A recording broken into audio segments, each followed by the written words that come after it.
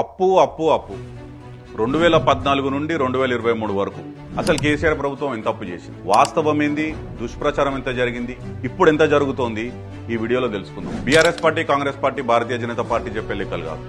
అసలు reserve bank of India ఏం చెప్తుంది చూద్దాం. రీసెంట్ గా reserve bank of India release చేసినటువంటి handbook of statistics on Indian states లో 2014 నుండి 2023 వరకు తెలంగాణ రాష్ట్రంలో కేసీఆర్ ప్రభుత్వం చేసిన అప్పు 3,89,673 కోట్లు. దుష్ప్రచారం ఎంత జరిగిందంటే కేసీఆర్ ప్రభుత్వం మీద బురద జల్లే ప్రయత్నంలో, ఒక చిలిపి ప్రయత్నంలో, ఒక చిల్లర ప్రయత్నం కేంద్రంలోని బీజేపీ నాయకులు గాని, రాష్ట్రంలోని కాంగ్రెస్ పార్టీ నాయకులు గాని ఒకరు 7 లక్షల కోట్లని, ఇంకొకరు 8 లక్షల కోట్లని, మరొకరు 10 లక్షల కోట్లని అడ్డగోలుగా నోటికొచ్చిన దుష్ప్రచారం చేసి స్వయాన ముఖ్యమంత్రి రేవంత్ రెడ్డి గారు నిండు శాసనసభలో నిలబడి తెలంగాణ రాష్ట్రం అప్పుల కుప్పగా మారింది, క్యాన్సర్ పేషెంట్ లాగా మారింది అని చెప్పడం చాలా బాధాకరం. గత కేసీఆర్ ప్రభుత్వాన్ని విమర్శించే శిల్పి ప్రయత్నంలో ముఖ్యమంత్రి రేవంత్ రెడ్డి స్వయాన సొంత రాష్ట్ర ప్రతిష్టను దిగజార్చి మాట్లాడడం, ప్రపంచం ముందు తెలంగాణని తక్కువ చేసి చూపించడం డెఫినెట్ గా తెలంగాణ ఆత్మగౌరవాన్ని దెబ్బతీయడం. దీన్ని ప్రతి తెలంగాణవాది ఖండించాల్సింది. కేసీఆర్ ప్రభుత్వంలో చేసిన అప్పుల గురించే బీజేపీ, కాంగ్రెస్ ప్రభుత్వ పెద్దలు మాట్లాడుతున్నారు కానీ ఆ 9.5 సంవత్సరాలలో సృష్టించిన సంపద గురించి ఎవరెందుకు మాట్లాడుతున్నారు? తెలంగాణ రాష్ట్రంలో ప్రజల కోసం కేసీఆర్ గారు సృష్టించిన సంపద విలువ అక్షరాల 50 లక్షల కోట్లు. అది ఎట్లనో ఇప్పుడు చూద్దాం. 1,00,000 కోట్లతో ప్రపంచంలోనే అతిపెద్ద multi stage lift irrigation project అయిన కాళేశ్వరం కట్టి 38 లక్షల ఎకరాలకు సాగునీరు అందించి 3 కోట్ల మెట్రిక్ టన్నుల వరిధాన్యం పండించి రెండో హరిత విప్లవాన్ని సృష్టించిన నాయకుడు కేసీఆర్. సాగునీటి రంగంలో ఎన్నో పెండింగ్ ప్రాజెక్టులు పూర్తి చేసి, నూతన ప్రాజెక్టులు నిర్మించి ప్రపంచంలోనే అతిపెద్ద multi stage lift irrigation project Kaleshwaram record సమయంలో నిర్మాణం చేసి 204 టీఎంసీల రిజర్వాయర్ల ఏర్పాటు చేసి Palamuru Rangareddy project, Sitarama project, mission Kakatiya ద్వారా 22,000 చెరువులు పునరుద్ధరణ చేసి దేశంలోనే అత్యధికంగా పెరిగిన భూగర్భ జలాలు తెలంగాణ సాధించిన విజయాలు. దాదాపు 6 మీటర్లు భూగర్భ జలాలు పెరిగినాయి. దీనికి ఎట్లా వెలగడుతుంది? విద్యుత్ రంగంలో తెలంగాణ ప్రభుత్వం ఆనాడు కేసీఆర్ గారు ఖర్చు పెట్టింది 1,37,517 కోట్లు. సృష్టించిన ఆస్తుల విలువ అక్షరాల 6,87,585 కోట్లు. ఇది ఎట్లా పెరిగిందంటారా? భద్రాద్రి థర్మల్ పవర్ ప్లాంట్ లో 1,080 మెగావాట్ల సామర్థ్యం, Yadadri ultra mega thermal power plant తో 4,000 మెగావాట్ల ఉత్పత్తి సామర్థ్యం, భూపాలపల్లి కేటీపీసీ విద్యుత్ ప్లాంట్ ద్వారా 600 మెగావాట్ల ఉత్పత్తి సామర్థ్యం, సోలార్ విద్యుత్ ద్వారా 6,106 మెగావాట్ల ఉత్పత్తి సామర్థ్యం. స్థాపిత విద్యుత్ సామర్థ్యం తెలంగాణ ఏర్పడ్డ నాడు కేవలం 7,777 మెగావాట్లు. కానీ కేసీఆర్ గారు ప్రభుత్వం దిగిపోయే వరకు అది 19,464 మెగావాట్లకు పెరిగింది వాస్తవం. అదేవిధంగా తలసరి విద్యుత్ వినియోగం 2014లో 1,196 యూనిట్లుంటే 2023 నాటికి 2,140 యూనిట్లకు పెరిగింది వాస్తవం. తాగునీటి రంగంలో 37,000 కోట్లు ఖర్చు పెట్టి మిషన్ భగీరథ లాంటి పథకాన్ని తీసుకొచ్చి యావత్ తెలంగాణలో ప్రతి ఇంటికి నల్లా ద్వారా శుద్ధమైన తాగునీరు అందించిన మొట్టమొదటి పెద్ద రాష్ట్రం తెలంగాణ.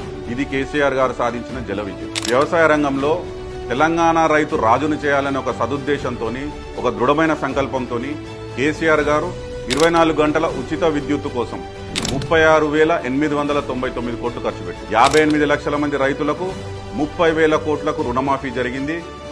70 లక్షల మంది రైతులకు 73,000 కోట్లతోని రైతు బంధు రైతుల ఖాతాలో పడ్డది.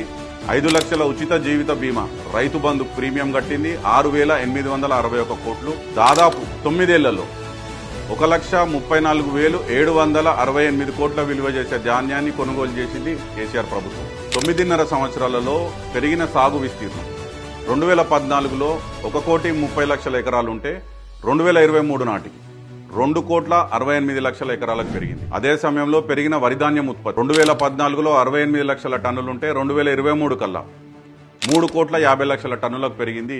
అక్షర సత్యం. సంక్షేమంలో కూడా కేసీఆర్ గారి ప్రభుత్వం పెద్దపీట వేసింది అనే దానికి అతిశయోక్తి లేదు. గడిచిన 9.5 సంవత్సరాలలో కేసీఆర్ ప్రభుత్వంలో దాదాపు 2,83,230 కోట్లు సంక్షేమం మీద ఖర్చు పెట్టి భారతదేశంలోనే ఏ రాష్ట్రం కూడా కనీ విని ఎరగని విధంగా 150కి పైగా సంక్షేమ కార్యక్రమాలు చేపట్టింది కేసీఆర్ గారి ప్రభుత్వం. ప్రపంచ ఐటీ గమ్యస్థానంగా మారింది హైదరాబాద్. కేసీఆర్ గారి ప్రభుత్వం 2014లో ఏర్పడ్డప్పుడు కేవలం 57,000 కోట్ల రూపాయలున్న ఐటీ ఎగుమతులు 2023 నాటికి 2,41,000 కోట్లకు పెరిగింది వాస్తవం. ఆనాడు ఐటీ ఉద్యోగాలు కేవలం 3,23,000 ఉంటే కేసీఆర్ గారు ప్రభుత్వం దిగిపోయిన నాటికి దాదాపు 10 లక్షలకు పెరిగింది వాస్తవం. హైదరాబాద్ అభివృద్ధి చేయడానికి ఎస్ఎన్డిపి కార్యక్రమం స్ట్రాటజిక్ రోడ్ డెవలప్మెంట్ ప్రోగ్రాం కింద కేసీఆర్ ప్రభుత్వం 36 పనులు పూర్తి చేసింది.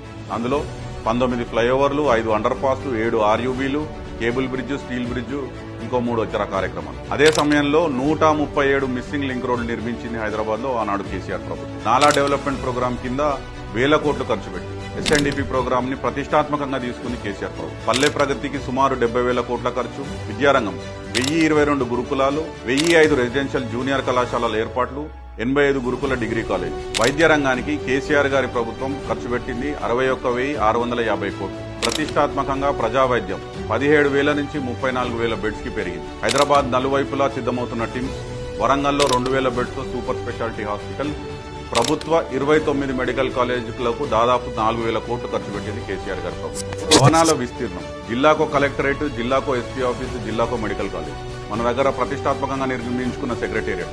ఇట్లా చూస్తే తెలంగాణ రాకముందు 60 సంవత్సరాలలో కేవలం 30 లక్షల స్క్వేర్ ఫీట్ల విస్తీర్ణం ఉన్న ప్రభుత్వ ఆస్తులు కేసీఆర్ గారి హయాంలో దాదాపు 1,02,00,000 స్క్వేర్ ఫీట్లకు పెరిగింది వాస్తవం. యువతకు పెద్ద ఎత్తున ఉపాధి కల్పన జరిగింది కేసీఆర్ గారి హయాంలో.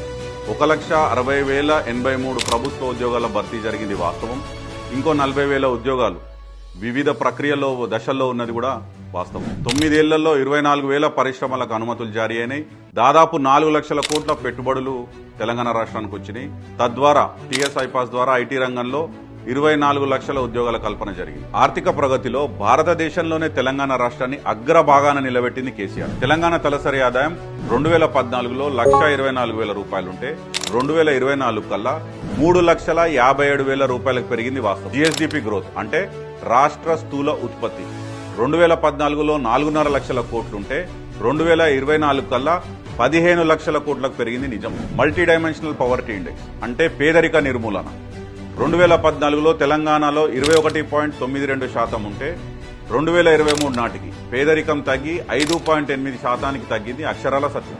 ఇవన్నీ నేను చెప్పే లెక్కలు కాదు. Reserve bank of India, finance commission of India, నీతి ఆయోగ్ లాంటి సంస్థలు ఇచ్చిన నివేదిక. పెట్టిన ఖర్చు కన్నా 10 రెట్ల ఆస్తుల సంపద సృష్టించింది కేసీఆర్ గారు. సాగునీరు, గ్రామాల అభివృద్ధి వలన భారీగా పెరిగిన భూముల విలువ నిజం కాదా? 1,50,00,000 ఎకరాల పట్టా భూముల విలువ కనీసం 5 రెట్లు పెరిగింది నిజం కాదా? ఒకసారి మీరు ఆత్మవిమర్శ చేసుకోండి. మా దృష్టిలో ఆస్తులంటే కేవలం నిర్మాణాలే కాదు, ప్రజల్లో పెరిగిన జీవన ప్రమాణాలు, దేశానికే తలమానికంగా పెరిగిన తెలంగాణ రాష్ట్ర ప్రతిష్ట, ప్రతి కుటుంబంలో పెరిగిన ఆత్మవిశ్వాసం, స్వల్పకాలంలోనే రాష్ట్ర సమగ్రాభివృద్ధే కేసీఆర్ సాధించిన అసలైన గొప్ప ఆశ. వెలకట్టలేని వీటన్నిటికీ మీరు ఎలా విలువ కడతారు? అప్పు కాదు, ఖర్చు కాదు, ఇది మీ భవిష్యత్తుపై పెట్టుబడి. ఇది సంపద సృష్టి. రాష్ట్ర సంపద, తెలంగాణ ప్రజల సంపద అంటే మీ సంపద. తెలంగాణ ఆస్తి సంపద విలువను దాదాపు 50 లక్షల కోట్లపైనే సృష్టించిన నాయకుడు కేసీఆర్. ఇదే నిజం, ఇదే సత్యం, ఇదే వాస్తవం. జై తెలంగాణ, జై హింద్.